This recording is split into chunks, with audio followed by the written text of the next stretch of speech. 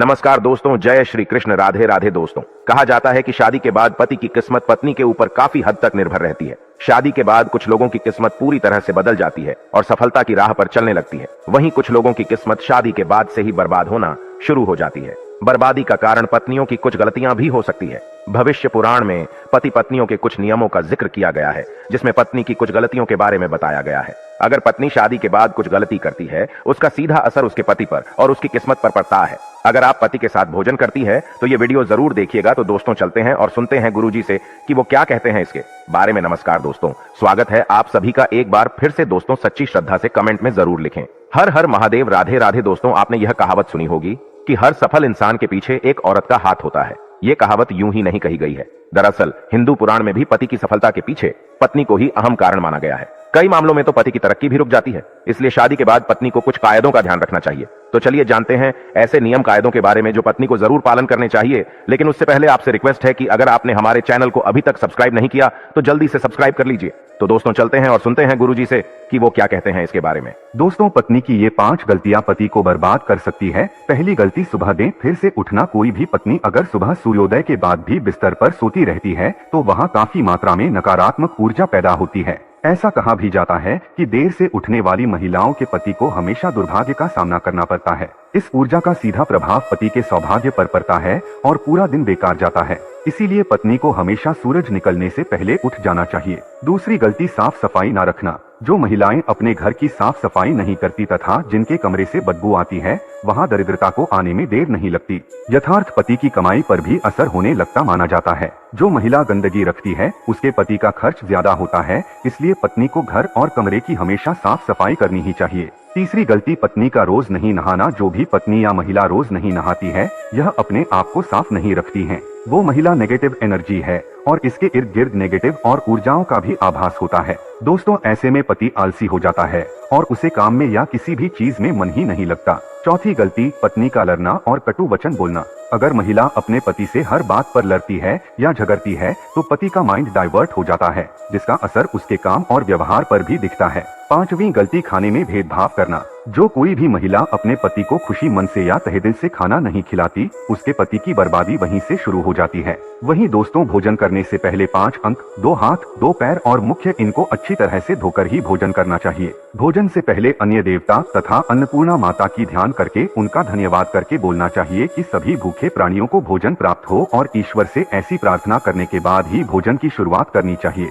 भोजन बनाने वाली महिलाओं को स्नान करके ही शुद्ध मन से ही मंत्र जाप करते हुए रसोई घर में प्रवेश करना चाहिए और भोजन बनाना चाहिए। इसी के चलते दोस्तों, सबसे पहले 2 रोटियां एक गाय के लिए और एक कुत्ते के लिए अलग से निकाल कर रखते हैं और फिर अग्निदेव को भोग लगाकर ही बाकी घर वालों को खाना खिलाएं। दोस्तों, आपको बता दें कि भोजन के नियम में सबसे खास है भोजन करने की दिशा। भोजन पूर्वोत्तर की ओर मुख करके ही करना चाहिए। दक्षिण दिशा की ओर करके किया गया भोजन भूत प्रेतों को प्राप्त होता है। ऐसा करने से घर में प्रेत आत्माएं आकर्षित होती है और वहीं पश्चिम दिशा की ओर किया गया भोजन रोगों की वृद्धि करता है। दोस्तों, बिस्तर पर बैठकर अपने हाथों पर रखकर या टूटे फूटे बर्तनों में भोजन कभी नहीं करना चाहिए। ऐसा करने वाला व्यक्ति ऑनर की ओर बढ़ता है। दोस्तों, आपको बता दें कि ऐसे मनुष्य के हाथों द्वारा भोजन कभी नहीं करना चाहिए। कंजूस के द्वारा वैश्य के हाथ का, शराब बेचने वाले का दिया हुआ भोजन और ब्याज का धंधा करने वाले व्यक्ति का भोजन कतई नहीं करना चाहिए। इससे व्यक्ति को नरक की यातना भुगतनी पड़ती है। भीष्म पितामह कहते हैं कि भोजन के दौरान थाली में अगर बाल या कंकरा जाए तो उसे वहीं पर छोड़ देना चाहिए।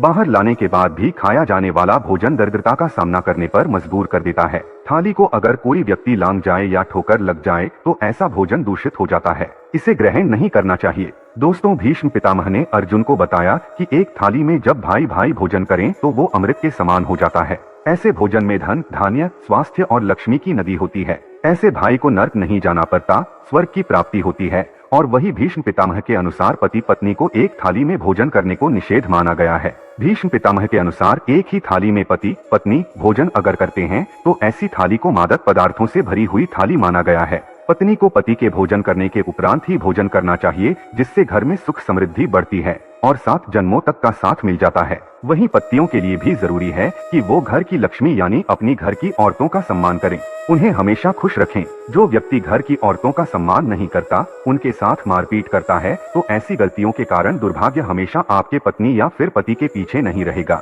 जिसके कारण दोस्तों भाग्य कभी भी आपके हित में नहीं रहेगा। दोस्तों दुर्भाग्य से बचने का उपाय भी है, लेकिन इसका मतलब यह नहीं है कि कर्म ना करे और उपाय के सहारे ही अपने आप को तरक्की के राह पर ले जाते रहे। दोस्तों आपको यह बात बता दूं कि अच्छे कर्म का फल हमेशा अच्छा ही होता है, इसीलिए कोई भी अच्छे कर्म करने से आप चुके ना।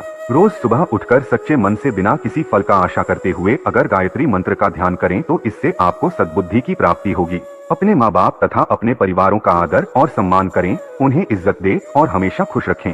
इससे आपकी जिंदगी में पुण्य मिलता है और बुरे समय कभी भी नहीं आता। अब जो मैं आपको बताने जा रहा हूँ उसको सूर्योदय के बाद और सूर्यास्त से पहले आपको करना है। आप एक रोटी ले और उसको अपने ऊपर से घड़ी की दिशा में 130 बार घुमाना है। यह करने के बाद रोटी किसी कुत्ते या फिर किसी नदी में बहा दें। इससे दुर्भाग्य आपके पास कभी नहीं भटकेगा। हर मंगलवार और हर शनिवार को बजरंगबली की पूजा करें और बिना चूना लगाया हुआ 5 चढ़ाएं और दिया जला। इस पूजा के बाद हनुमान चालीसा का पाठ करें।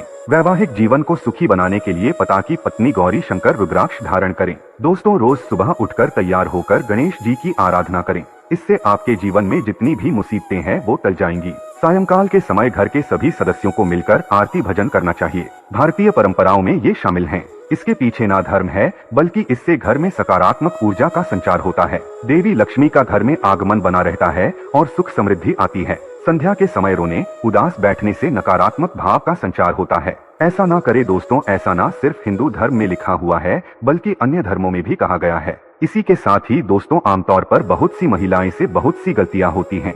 इस बात का जरूर ध्यान रखें कि जब भी घर में पति खाना खाने के लिए बैठे तब आपको सुंदर और सुशील और अच्छे व्यवहारों के साथ आपको पति को खाना खिलाना चाहिए। लेकिन अक्सर महिलाएं क्या गलती करती है कि जब भी पति खाना खाने बैठते हैं तब बहुत से घरों में पत्नियां विशेष रूप से उन्हें नई नई बातें बताती है और कई बार तो कड़वे वचन भी खाना खाते समय बोल देती है। दोस्तों कड़वे वचन अगर खाना खाते समय पति के कानों में पड़ते हैं तो उस घर में कभी भी देवी लक्ष्मी का वास नहीं होता और उस घर में सदैव कलह होता है और आतंक का माहौल छाया रहता है। तो दोस्तों इस कारण ये गलती आपको भूल कर भी नहीं करनी चाहिए। तो यह जो कुछ उपाय जिससे आप दुर्भाग्य को सौभाग्य में बदल सकते हैं। साथ ही मैंने ये भी आपको बताया कि कौन सी ऐसी गलती है जो पत्नी अगर करती है तो उसका सीधा असर उसके पति पर पड़ता है। दोस्तों उसके पति का दुर्भाग्य आ ही जाता है और वे कभी भी अपने भी मुकाम को नहीं पा सकता जो वो पाना चाहता है। अपनी जिंदगी में वो रिश्तेदारों में सबसे पीछे रह जाएगा, उसे सफलता नहीं मिलेगी। तो दोस्तों अगर आप भी उन महिलाओं में से एक है जो चाहती है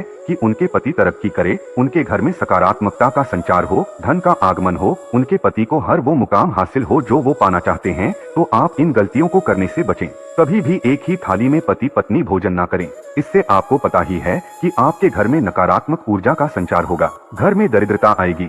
इसी के साथ ही अगर आप ये चाहते हैं कि ऐसा ना हो तो ऐसी गलती यहाँ भूल कर भी ना करें। तो दोस्तों आज की वीडियो में बस इतना ही ज्ञान। अगर वीडियो आपको थोड़ी सी भी ज्ञानवर्धक लगी तो वीडियो को लाइक कीजिए, शेयर कीजिए, साथ ही हमारे चैनल को सब्सक्राइब कीजिए ताकि वीडियो की अपडेट आपको मिलती रहे। साथ ही कमेंट सेक्शन में जय माता दी लिखना ना भूलें। आपका बहुत बहुत धन्यवाद।